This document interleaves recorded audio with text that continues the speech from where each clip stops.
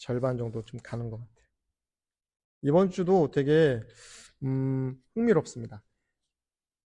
제가 요즘에 그 고려 거란 전쟁 그 대하 드라마에 빠져가지고 근데 이제 이게 제 시간에 못 봐요. 주말에 하는 프로라서 제가 제 시간에 못 보는데 어제 이제 넷플릭스로 이게 동시에 나오는데 아 이게 좀 이제 어제 좀 쉬려고 이제 일찍 일찍 그 쉬려고 누웠는데 그 유혹에 못 이겨서 또 고려 거란 전쟁을 두 편을 몰아서 보고 잠이 들었는데 이번 주랑도 연결이 돼 있어요. 근데 거기 이제 어떤 장면이 나오냐면 이 드라마가 고증이 되게 잘 된 것 같아요.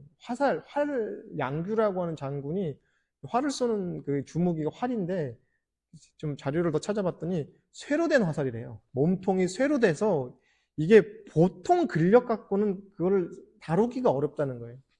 우리나라가 원래 한중일 삼국 중에서도 활이 잘 발달된 문화가 있는데 그 이제 뭐 역사적인 얘기 뭐 길게 할 건 아닌데 활이라는 무기가 뭐냐면은 그러니까 일본은 칼이 발달하고 이제 뭐 중국은 대포가 발달했다 뭐 이런 뭐 창이나 뭐 대포 이런 게 발달했다 했는데 화살이라는 무기는 멀리 떨어져서 이게 상대방을 이제 공격하는 무기잖아요. 그러니까 각 좀 누구는 이제 농담처럼 조선시대 선비들은 외적들과 가까이 가는 게 싫어가지고 멀리서 다가오지 말라고 활을 쐈다고 이제 농담처럼 하는 얘기인 것 같은데 근데 사실 그 활이라는 게 되게 다루기가 어려운 무기라는 거예요. 그, 그, 이 명중률도 되게 쉽지 않고 또 그 활 자체를 다루는 게 되게 어려운데 근데 그 드라마에서 되게 그걸 되게 자세하게 중간에 뭐 활 끈이 끊어지니까 막 그걸 갈아 끼는 장면도 나오고 또 그 손에 그 활시를 당기다 보면 이 활시가 워낙에 그 팽팽해가지고 잘못하면 손가락을 다친대요. 당기다가 잘못 놓치거나 하면. 그러니까 깍지를 여기 소풀로 만든 이런 깍지를 껴가지고 그걸로 하는데 그런 장면까지도 되게 묘사가 잘 되어 있는데 이번 주가 무슨 파트냐면은 병기는 상스럽지 못한 물건이다. 이런 제목이 그래요. 무릇 못 좋은 병기는 상스럽지 않은 물건이니 사물이 모두 싫어하네. 그러므로 도가 있는 사람은 가까이 하지 않네. 드라마의 장면에서 전쟁이 나면 안 되잖아요. 전쟁이 나면은 어쨌든 극적인 뭐 좀 묘사가 있을 수는 있겠지만 황제 그 이제 현종은 최대한 전쟁을 안 나게 하려고 하지만 거란은 좋은 명분을 만들어서 전쟁을 일으키죠. 그러니까 어쨌든 황제 입장에서 전쟁을 안 일으키고 싶지만 거란 입장에서는 너무 좋은 거야. 강조라고 하는 신하가 목종이라고 하는 황제를 폐위시키고 황제를 새로 옹립했다는 거는 니네 나라 쳐들어가고 싶은데 건수 하나 만들어 준 거죠. 그러니까 이제 전쟁 준비를 막 하겠죠. 거기 보면 막 뭐 이 칼을 막 꽂아놓은 막 이 전차 같은 것도 만들고 막 그런 게 있어요. 그리고 막 불 이렇게 뭐 불을 쏘는 막 기계 같은 것도 있고 근데 그런 기계들을 막 만들려면 어떻게 하냐면 백성들을 쥐어짜야 돼요. 그렇잖아요. 거기 보면 되게 그런 게 리얼하게 나와요. 백성들이 막 떨고 피신 도망가고 막 이런 장면이 나오는데 어떤 성인도 전쟁해라 싸워라 이러지 않겠죠. 목숨을 해쳐라. 그러니까 아무리 좋은 병기라도 아무리 좋은 활도 아무리 좋은 칼도 결국은 사람을 해야 하는 거예요. 가까이 두고 있으면 휘두르고 싶고 쏘고 싶은 거예요. 그러다 보면 뭐예요? 목숨을 해치게 될 수밖에 없죠. 군자는 평상시엔 왼쪽을 귀하게 여기고 전시에는 오른쪽을 귀하게 여기네. 되게 독특한 문장이에요. 군자는 성인은 평상시엔 왼쪽을 숭상하고 오른쪽 전쟁 때는 오른쪽을 숭상한다. 이게 무슨 뜻이냐면요. 그 왜 우리 저기 왼손 저는 왼손잡이에요. 저는 되게 독특하게 글이랑 밥이랑 다 왼손을 써요. 그러니까 사람들이 그러죠. 저거 못된 놈이라고. 근데 왜 그럴 수밖에 없냐면 되게 일반적으로 왼손잡이들은 후천적으로 고쳐지게 되거든요. 저는 어렸을 때 중고등학교 다닐 때 선생님들한테 얻어맞기도 했어요. 왼손으로 필기한다고. 지금은 그러지 않지만 당연히 그때만 해도 그게 되게 왼손을 쓴다는 게 되게 터부시했던 거예요. 못 쓰게 하고 막 옛날부터 그랬나 봐요.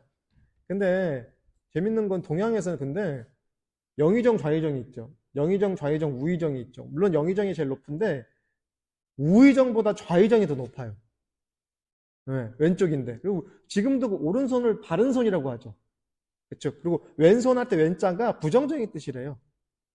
근데 사실은 또 실제로는 방향으로 놓고 봤을 때는 왜 여기서 이 문장에서 평상시에 군자들은 왼쪽을 숭상하고 전쟁 때는 오른쪽을 숭상했냐면은 그 이게 독특한 동양의 사상 중에 음양오행 있죠. 오행, 음양오행. 그래서 목화 토금수가 오행 있잖아요. 그 방향이 있어요. 방위가.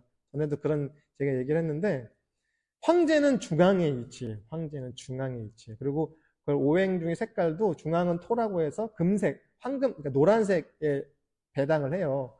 근데 황제가 앉아있을 때 어디를 보고 앉냐면요. 북쪽을 등으로 놓고 남쪽을 향해 앉아있어요. 그래서 군자는 남면한다 이런 표현이 있어요. 군주나 군자는 남면, 남쪽을 본다. 이게 무슨 뜻이냐면 정치한다는 뜻이에요. 군주, 남면 이런 한문을 찾아보면요. 군주는 북쪽을 등지고 남쪽을 바라본다. 근데 남쪽을 바라볼 때 동쪽이 왼쪽이고 서쪽이 오른쪽이 돼요. 근데 동쪽은 음양오행상 나무에 해당돼요. 그리고 서쪽은 이 오른쪽인 서쪽은 음양오행상 금에 해당돼요. 금, 쇠금. 왜 그러냐면은 왜 그러냐면은 동쪽의 나무는요. 나무는 어떤 성질이 성장하죠. 나무의 그러니까 오행 중에 목은요. 성장하는 거예요. 위로 솟구치는 기운이 있어요. 그러니까 이거 성장 발전의 의미고 금은 뭐예요? 나무를 베잖아요. 그래서 좋지 않은 거예요, 사실. 쇠라는 게 그러니까 뭐 쇠가 나쁘다는 의미보다도 전쟁 땐 뭘로 적과 싸우게 해요? 칼과 창으로 적과 싸우게 되니까 전시에는 이 오른쪽을 더 숭상하는 거고 왜? 쇠금이니까. 평상시에는 동쪽인 이 목방향, 그러니까 동방을 숭상하는 거예요. 평상시에. 그래서 전쟁과 그 발전을 같이 놓고 보는 건데 인도의 힌두교에도 유사한 게 있어요. 그러니까 인도에도 브라만 신이 있고 브라만 신이 창조주죠. 근데 브라만 신은요 창조만 하고 자기 일을 다 안 해. 자기 일이 끝났어. 그래서 브라만 신이 근본적인 창조주지만 인도에는 실제로는 브라만 신을 많이 섬기지 않는데요. 제일 인기가 많은 신이 두 신이 있는데 비시누 신과 시바 신이 있대요. 비시누 신은 무슨 신이냐면 유지 발전의 신이야. 유지 발전으로 다스리는 신인데 시바 신은 뭐냐면 파괴하고 쓸어버리는 거야. 그래서 그 인도 이런 힌두교 상징 같은 거 보면은 비시누 신은 되게 평화로운 소년같이 나타나고 소를 타고 다니고 피리를 불고 뭐 화신들이 있으니까 그러니까 비시누 신은 되게 인기가 많은 신인데 그래서 유지 발전의 신이기 때문에 많은 송상을 한대요. 근데 시바 신은 뭐냐면요, 약간 무섭게 나와. 약간이 아니라 되게 많이 무섭게 나와. 막 피를 막 사람을 막 잡아먹기도 하고 막 피를 막 흘리기도 하고 막 그래요. 왜? 파괴하는 신이니까. 근데 이 두 신은요, 사실은요, 같은 개념이에요. 발전과 파괴는 결국은 종이 한 장 차이거든요. 동양 사람들의 사고에서 순환론적인 사고에는요, 성주 개공입니다. 언젠가 한번 생성했으면 언젠가 한번 사라지는 게 계속 순환 반복하기 때문에 오행도 사실 마찬가지예요. 오행, 상생, 상극 이런 개념이 있거든요. 얘기가 좀 길어졌는데 그래서 어쨌든 평상시엔 왼쪽을 귀하게 여겨요. 그래서 정치에서도 좌의정이 더 높아 우의정보다. 그런데 전시에는 오른쪽을 더 숭상해. 왜? 금의 상징이고 금은 뭐냐면 곧 무기의 병기의 상징이니까. 병기는 상스럽지 못한 물건이니 어쩔 수 없이 사용할 때는 염담한 태도를 취하고 승리해도 기뻐하지 않아야 한다. 승리해도 기쁠 일이 없어요. 재밌는 거는 프랑스 파리에 가면 개선문 있죠. 개선문 뭐예요? 나폴레옹이 유럽의 다른 적을 물리치고 승리해서 오니까 막 기뻐해가지고 그걸 상징해서 막 퍼레이드를 하고 그러잖아요. 근데 동양의 문화에서는 전쟁이 이겼다고 해서 왜? 전쟁이 이겼다는 뜻은 뭐예요? 곧 적군을 많이 죽였다는 뜻이잖아요. 몇만 명씩, 몇천 명씩 이 고려 거란전이 앞으로도 나올 건데 그게 역사니까 몇만 명씩, 몇십만 명씩 거기서 고려군 30만 명, 거란군 40만 명이 붙었다고 하거든요. 역사적으로 한반도에서 그 이상의 군대가 맞붙은 적이 지금도 없대요. 그 정도로 엄청난 양국이 진짜 국군을 걸고 싸운 거거든요. 드라마로 보니까 뭐 좀 스탭들 몇 명 뒤에서 뛰어다니는 것 같지만 실제 역사를 만약에 봤다면은 30만 명, 40만 명이 붙었으니까 어떻겠어요? 그 함성 소리와 말발굽 소리가 진짜 천지를 진동했겠죠. 승리를 기뻐한다면 이는 살인을 즐기는 것이니. 그렇죠. 기뻐할 일도 없어 사실은. 최대한 안 싸워야 되는데 어쩔 수 없이 싸워서 이겼다면 기뻐할 일도 아니야. 살인을 즐기는 자는 세상에서 뜻을 얻을 수 없을 것이네. 인류의 역사에서 전쟁은 끊임이 없죠. 네, 계속 반복하고 있잖아요. 지금도 반복하잖아요. 지금도 러시아와 우크라이나 또 이스라엘과 팔레스타인 싸우잖아요. 앞으로도 그럴 거예요. 왜? 전쟁을 해서 뜻을 얻을 수 없다는 걸 누구도 깨닫지 못하니까. 네. 길한 일에는 왼쪽을 높이고 흉한 일에는 오른쪽을 높이나니 아까 앞에서 했던 얘기랑 같은 거죠. 부사령관은 왼쪽에 총사령관은 오른쪽에 위치하네. 네. 전쟁이 났으면 총사령관은 오른쪽에 있는 거야. 금을 뜻하니까. 그래서 이는 상례로서 초상의례로서 임한다는 의미이네. 많은 사람을 죽이면 슬픔으로 애도하고 전쟁이 이기면 상례로 임하야네. 그러니까 노자도 전쟁이 어쩔 수 없어요. 전쟁이 일어나는 건 막을 수 없으니까 설사 일어났다 하더라도 이거는 흉한 일이고 슬퍼할 일이다. 전쟁이 났다 해서 기뻐하고 사람을 많이 죽였다고 해서 개선 장군처럼 올 일이 아니라는 거예요. 실제로 개선 장군이라는 거는 동양에서 잘 안 썼어요. 우리가 금이환영이라고 혹시 들어봤어요? 장원급제하면 금이환영 하잖아요. 그건 개인적으로도 좋은 일이지만 이 사람이 훌륭한 인재라는 걸 증표니까. 근데 적군을 죽이고 왔다고 해서 막 개선 장군처럼 이렇게 했던 일이 동양에서 우리나라에서 많이 없었다는 얘기죠. 다음 장으로 넘어가면요. 돈은 항상 이름이 없고 돈은 이름이 없죠. 우리 화두 중에 있잖아요. 부모 미생전에 본래 몇명. 부모님한테 몸 받기 전에 너는 원래 누구였냐? 너는 누구냐? 그 이름이 있기 전에 누구였냐고. 박대성이라고 하는 이름이 있기 전에 누구였냐고. 이 얘기죠. 돈은 이름이 없어요. 저도 원래 이름이 없어요. 여기 계신 분들도 이름 없어요. 지금 그냥 가칭이에요. 그냥 가칭으로 붙여놨다니까. 그냥 사회적으로 합의한 거야. 나는 이 나라에서는 땡땡땡으로 부르겠다. 윤땡땡, 김땡땡, 이땡땡으로 부르기로 했다고 합의한 거지 원래 그 이름 아니야. 그래서 도는 원래 이름이 없죠. 나라고 하는 존재조도 이름이 없는 도에 원래 이름이 없어요. 그래서 통나무와 같네 그래요. 통나무. 계속 통나무 얘기하죠. 우리나라 출판사 중에 통나무 출판사가 있는데 김용옥 선생님 노자 강의 그 책도 그 통나무 출판사에 나왔는데 그래서 이름을 그렇게 통나무라 쳤대요. 가공되지 않은 거. 그냥 원래 원형 그대로 있는 거. 아직 나무도 아니고 젓가락도 아니고 밥그릇도 아니고 뭐 아무것도 가공되지 않은 그 통나무 상태. 원래 상태. 그래서 통나무와 같다는 거죠. 돈은 비록 작지만 세상에서 아무도 신하로 삼을 수 없대. 돈은 작은 정도가 아니라 보이지도 않죠? 그렇죠. 근데 보이지 않으니까 어때요? 크기가 이루 말할 수 없죠. 너무 작은 것과 너무 큰 거는 같은 뜻이에요. 그래서 사실은 이게 허공이 텅 빈 것 같지만 엄청난 에너지로 꽉 차 있잖아요. 그래서 아무도 신하로 삼을 수 없다. 부릴 수 없다는 거예요. 이건 신하로 삼을 수 없다는 뭐냐면요. 부릴 수 없다고. 돈은 아무도 부릴 수가 없어. 만약에 군주가 이 도를 지킬 수 있다면 만물이 저절로 복종해 올 것이고 천지는 서로 조화하여 단이슬을 내릴 것이며 백성은 명령하지 않아도 저절로 고르게 될 것이네. 함이 없어도 하는 거고 계속 이 노자에서 계속 도덕경에서 반복하는 거죠. 무의. 함이 없이 하는 거. 무의로 다스린다. 그래서 군주가 성인이 이 도를 체득하면요. 저절로 세상이 다스려진다고요. 뭘 억지로 제도와 법률과 무슨 시스템을 만들지 않아도 자연스럽게 돌아가. 자연스럽게. 여기 단이슬을 내린다고 하는데 혹시 감주 들어보셨어요? 감노. 그 동양에서는 감노라는 게 뭐냐면요. 단술이야, 단술. 그래서 훌륭한 성인이 나타나면 하늘에서 단술이 내린다는 그런 비유가 있어요. 우리로 따지면 철록이 내린다고. 하늘에서 알아서 걷어먹인다고. 이게 기독교도 똑같아요. 만나가 내린다 그랬죠. 이스라엘 백성이 광야에서 방황할 때 하나님이 이스라엘 백성한테 먹이려고 하늘에서 만나를 뿌려줬다는 게 성경에 나와요. 그리고 또 그 벌들이 꿀로 그 석청이라고 하거든요, 원래. 지금으로 따지면 약간 로얄젤리 같은 거. 완전히 그냥 꿀 정도가 아니라 진짜 그 엑기스 같은 거. 로얄젤리 같은 것도 아마 그쪽 지역에 그런 게 많이 있었나 봐요. 그래서 그런 걸 내려줘서 그걸로 먹고 버텼다. 이런 게 나오는데 여기서도 마찬가지예요. 천지가 서로 좋아하다니까 어때요? 사실은 이 감로가 대단한 게 아니라 이때는 농경사회니까, 농경문화니까 어때요? 때에 맞춰서 비가 내리는 것 자체가 감로예요. 단비라고, 단비, 말 그대로. 그래서 뭐, 하늘에서 갑자기 무슨 식혜가 쏟아지나?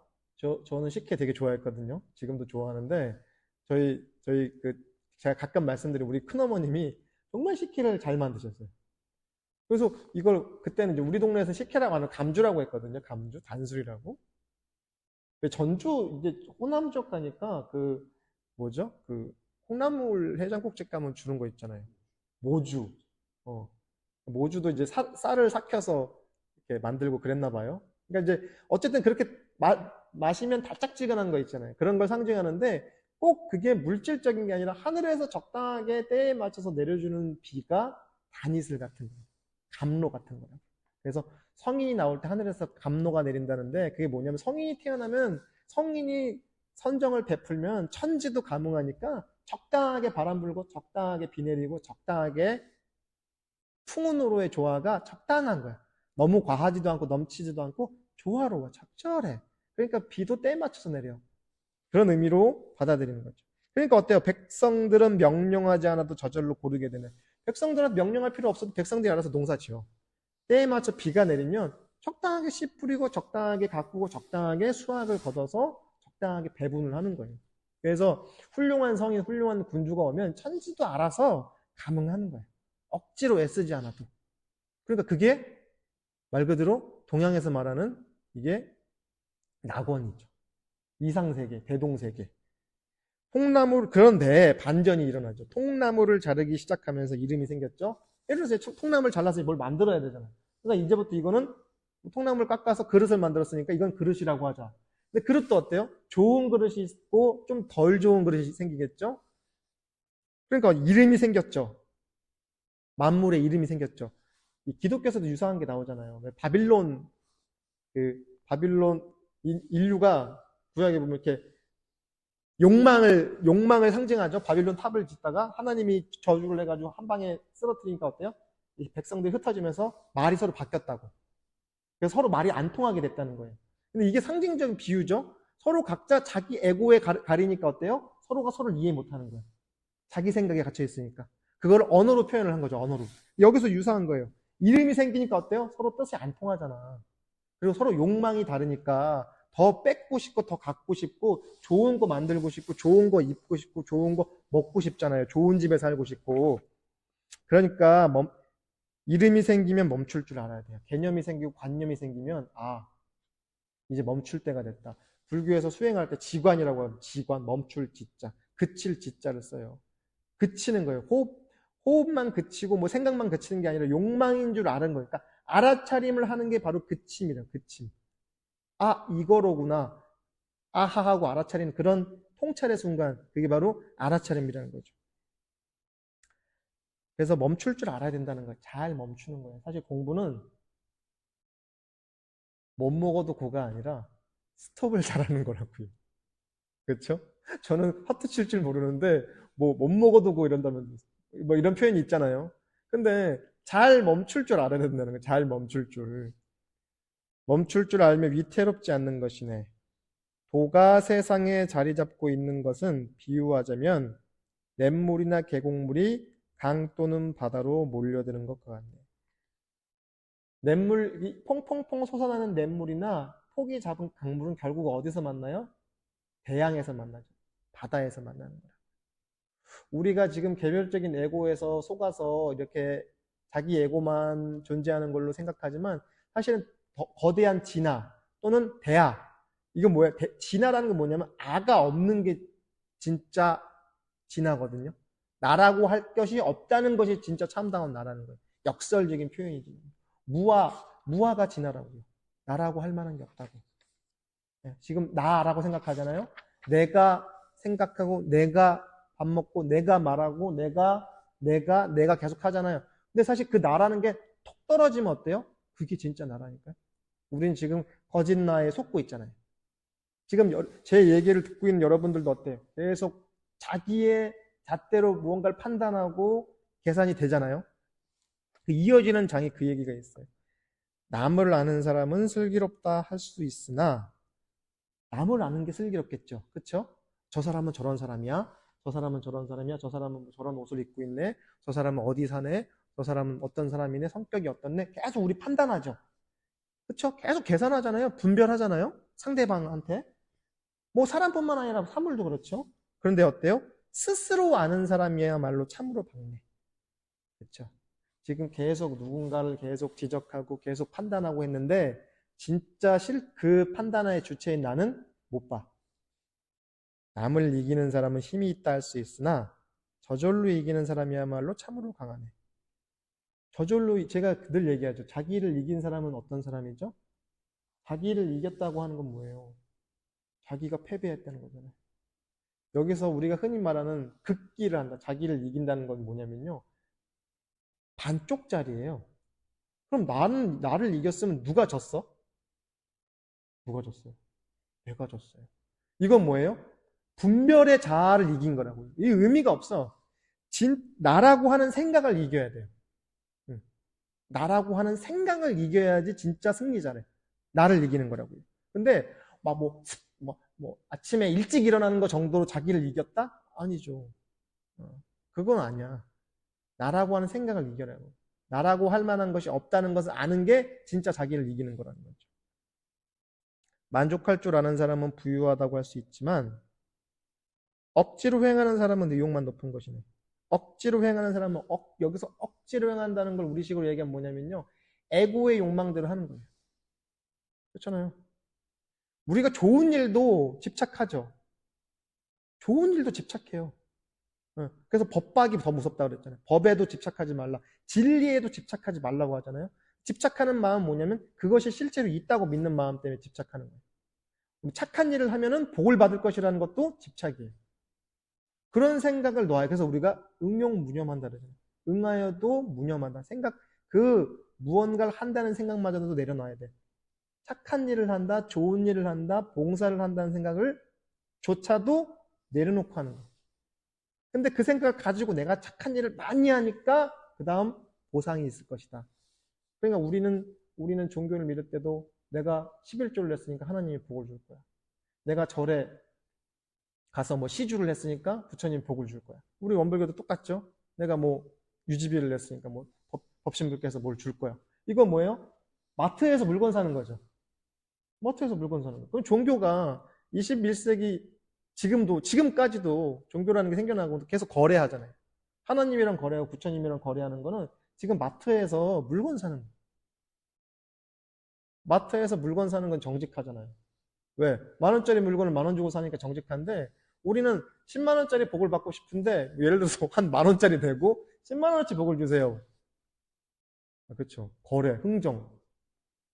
중고 물품 같은 거 약간 제가 최근에 당근 마켓? 그런 거 있잖아요. 요즘 많이 쓴다면서요. 근데 그렇게 거래하는 것밖에 안 되는 거예요. 그래서 그렇게 당근 마켓 사용하면 그렇게 흥정한다면서요. 얼마짜리 내고해 달라고. 그런 것밖에 안 돼요. 나 10,000원만 낼 테니까 복은 100,000원어치 주세요. 우리의 신앙이라는 게 흥정이 아니잖아요. 우리의 신앙이라는 건 흥정이 아니에요. 그래서 대종사님께서도 우리의 그 초기 법문에 보면요. 그렇지 않다고 얘기를 했어요. 네. 자기 자리를 잃지 않는 사람은 오래 가고 죽어도 잊혀지지 않는 사람은 장수하는 것이네. 요거까지 오늘 할 건데 되게 재밌는 죽어도 잊혀지지 않는 사람이 장수한다고 그랬어요. 그러니까 동양은 원래 사후세계 영혼이 있어가지고 특히 이 도교나 이런데 원래 도교나 도가 사상에서는요 육아도 마찬가지예요. 사후세계가 없어요. 나중에 이제 도가 사상을 이어받는 도교에서는 불로장생하는 게 최고의 덕목이잖아요. 불로장생. 안 죽고 불로, 늙지 않고 장생, 오래 사는 게 최고의 덕목이에요. 신선은 불로장생해야 돼. 그러니까 죽으면 뭐예요? 신선 아니잖아. 죽는다는 건 뭐냐면 얘는 신선 아니야. 깨닫지 못했어가 돼버리는 거예요. 그리고 육아에서 왜 자손을 남기는 건 중요하냐면 나를 잊지 않고 계속 기억해주는 존재가 있는 게 바로 사후세계예요. 내가 설사 육신이 죽어도 나라고 하는 존재를 잊지 않고 계속 기억해 주면은 그들의 기억 속에 내가 존재하는 거라고. 그러니까 지금 바로 이 문장이 되는 거예요. 죽어도 잊혀지지 않는 사람이야말로 불멸하는 거예요. 그래서 모든 종교는 제사 지내는 거예요. 우리 제사 지낼 때 어때? 조상님들 기억하잖아요. 조상님들 기억하니까 기억이 잘 안 나잖아. 그러니까 어때? 쓰잖아요. 종이에다가. 지방이란 걸 쓰잖아요. 아니면 이제 위패를 쓰잖아요. 그럼 육아식으로 제사 지내면 어때요? 관직 같은 거 다 쓰잖아요. 무슨 뭐 영조 판서를 뭐 영의정을 지내고 병조 판서를 지내고 뭘 지내고 뭐 도승지를 지내고 뭐 대제학을 지내고 해서 무슨 공 그잖아요. 네. 기억하려고 우리 조상님을. 그래서 기억을 계속 상속시키는 게 제사잖아요. 천주교 미사도 예수님의 최후의 만찬을 계속 기억하기 위한 하나의 상징 의례죠. 그래서 모든 종교는 기억의 의례예요. 기억하려고. 우리도 이제 12월 1일에 명절 대제 오잖아요. 그래서 역대 스승님들과 역대 조상님들한테 제사를 보내는 거 뭐예요? 그걸 계속 기억하는 작업이에요. 그래서 동양에서 영생한다는 건요. 후손들한테 길이길이 기억되는 거예요. 근데 길이길이 기억되려다 보니까 뭘 해야 돼? 좋은 일을 해야 돼. 좋은 일을 하려면 과거의 관점에서 좋은 일을 한다는 건 뭐예요? 벼슬을 해야 돼. 벼슬을 해서 나란 일을 해야지 오래 기억하는 거예요. 그래서 죽어도 기억되면은 죽지 않는 거예요. 그래서 이 도가 사상이나 유가 사상에서는 특히 유가 사상에서는 제사를 지내는 거예요. 그래서 계속 기억하려고 조상들을. 그러니까 그리고 훌륭한 조상으로 남아야만이 오래 기록되잖아요. 그러니까 벼슬을 내가지고 공을 세우려고 했던 그런 뭐 어떤 정신 세계가 펼쳐지게 되는 거죠.